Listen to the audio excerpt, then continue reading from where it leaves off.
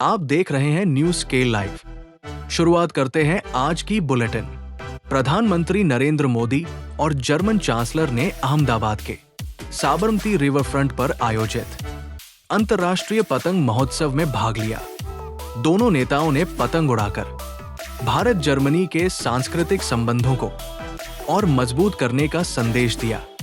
कार्यक्रम में हजारों लोगों की मौजूदगी रही। भारत जर्मनी द्विपक्षीय वार्ता के बाद प्रधानमंत्री नरेंद्र मोदी ने ग्रीन हाइड्रोजन मेगा प्रोजेक्ट को दोनों देशों के लिए गेम चेंजर बताया। व्यापार, तकनीक, रक्षा और स्किल सेक्टर में साझेदारी को नई गति देने पर सहमति बनी। मुख्यमंत्री हेमंत सोरेन ने नगर निकाय चुनाव को लेकर बड़े संकेत दिए हैं। उन्होंने कहा कि राज्य में 27 से 28 जनवरी तक चुनावी आचार संहिता लागू हो सकती है। पार्टी पदाधिकारियों को तैयारी तेज करने के निर्देश दिए गए हैं।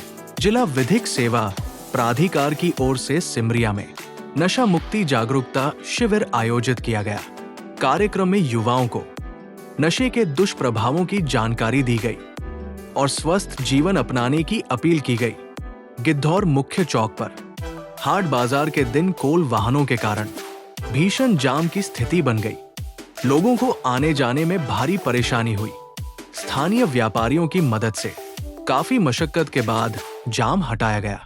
टंडवा में कोल वाहन दुर्घटना के बाद ग्रामीणों द्वारा लगाया गया सड़क जाम 36 घंटे बाद समाप्त हुआ।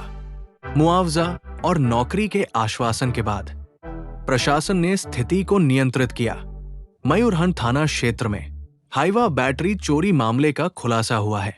पुलिस ने 2 आरोपियों को गिरफ्तार कर 5 बैटरियां और औजार बरामद किए हैं। सिमरिया प्रखंड के केवटा गांव में जंगली हाथियों के झुंड ने घरों और फसलों को नुकसान पहुंचाया। घटना के बाद ग्रामीणों में दहशत का माहौल बना हुआ है। गिद्धौर सामुदायिक स्वास्थ्य केंद्र में 37 महिलाओं की एनसी जांच और 11 महिलाओं का बंध्याकरण किया गया। इस दौरान निःशुल्क दवाओं का भी वितरण हुआ। ऐतिहासिक बलबल पशु मेला 2026 14 जनवरी से शुरू होगा। मेले में पशु व्यापार, झूले और सांस्कृतिक कार्यक्रमों की तैयारियां पूरी है। कुंदा में वीबी रामजी अधिनियम 2025 को लेकर 1 दिवसीय कार्यशाला आयोजित की गई। कार्यक्रम में मजदूर हितों पर विस्तार से चर्चा की गई। टंडवा में महिला मंडल समिति ने आर्थिक रूप से कमजोर युवती को विवाह हेतु घरेलू सामग्री भेंट की। समिति ने आगे भी सहयोग का आश्वासन दिया। लावालौंग थाना क्षेत्र में शराब और अड्डेबाजी से ग्रामीणों में आक्रोश है। पुलिस ने दोषियों पर सख्त कार्रवाई का भरोसा दिलाया है। चतरा पुलिस ने जिले भर में ज्वेलरी दुकानों का सुरक्षा ऑडिट किया। सीसीटीवी, लाइटिंग और सुरक्षा मानकों की जांच की गई। सिमरिया में एनटीपीसी से उड़ रही फ्लाई ऐश के खिलाफ ग्रामीणों ने प्रशासन को ज्ञापन सौंपा।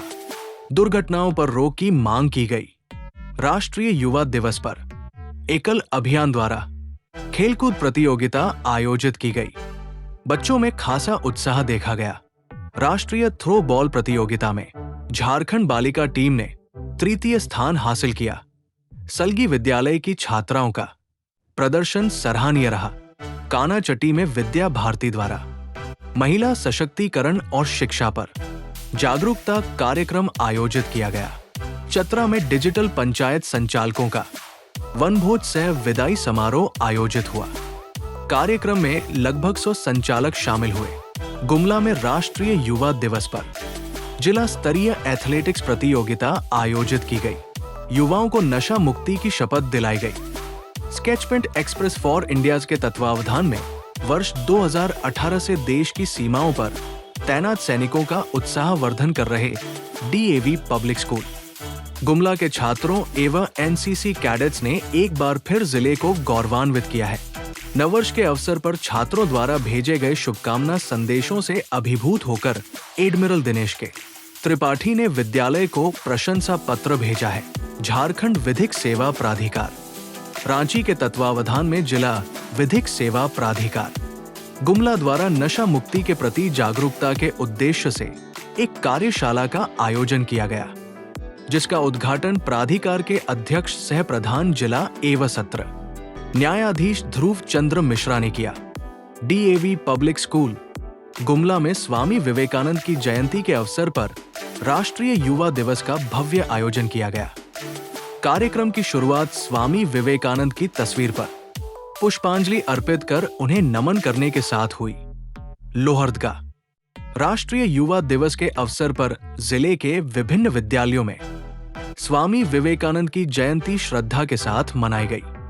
छात्रों को आत्मनिर्भरता, अनुशासन और राष्ट्र सेवा का संदेश दिया गया।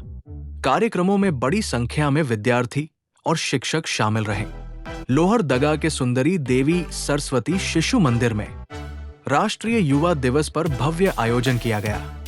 स्वामी विवेकानंद के जीवन और विचारों पर प्रकाश डाला गया और विद्यार्थियों को उनके आदर्शों पर चलने की प्रेरणा दी गई।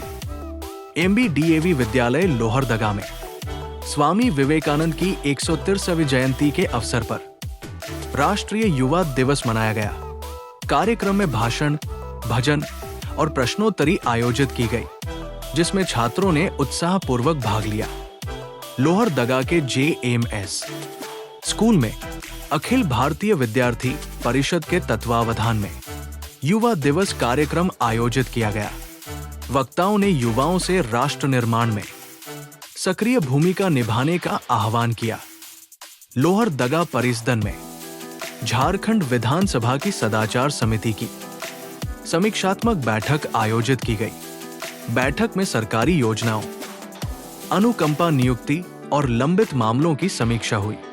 लोहरदगा में आदिवासी महिलाओं और किशोरियों के लिए एक दिवसीय कार्यशाला आयोजित की गई। कार्यशाला में आदिवासी संस्कृति, भाषा, पारंपरिक बीज संरक्षण और सामाजिक कुरीतियों पर चर्चा की गई। लोहरदगा भंडरा प्रखंड के भैंसमुंदो गांव में राष्ट्रीय युवा दिवस मनाया गया। कार्यक्रम में युवाओं से नशा, दहेज और अंधविश्वास जैसी सामाजिक बुराइयों के खिलाफ एकजुट होकर लड़ने की अपील की गई।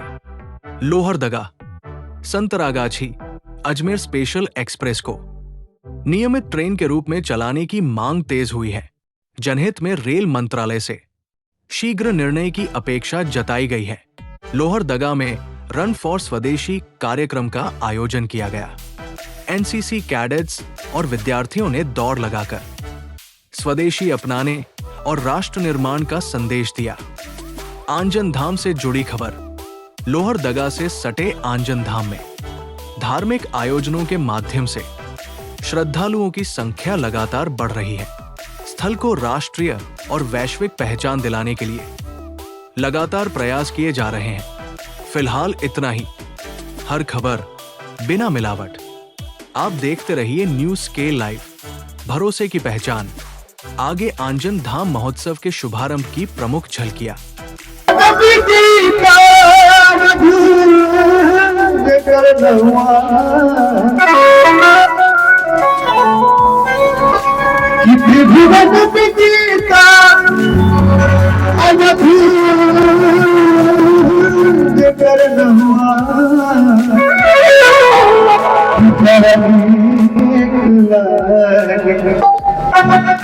निकला कि